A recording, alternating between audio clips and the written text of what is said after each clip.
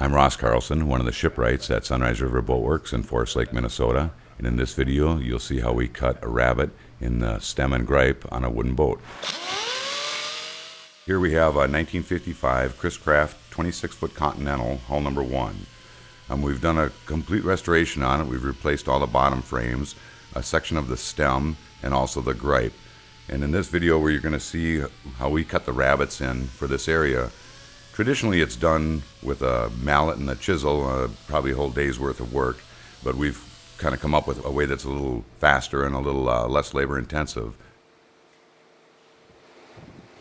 As you can see, the bearding line is all in place, and rather than going at it with the grain changes with a chisel and mallet, we found that the grinder is probably a much faster way to do it, and also it provides you a much fairer curve as it's a changing bevel.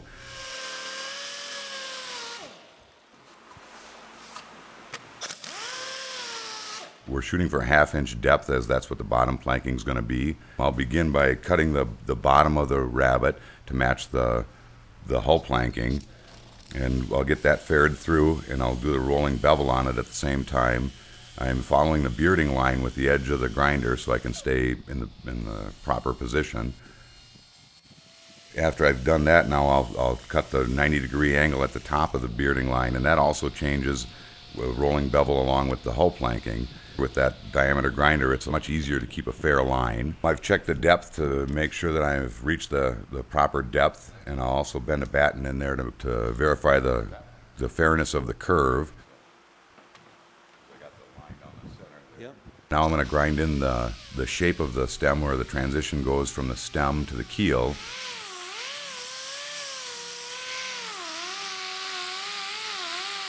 And then again, that's also a rolling bevel, and far easier with the grinding disc than it is with a block plane, which is the traditional method.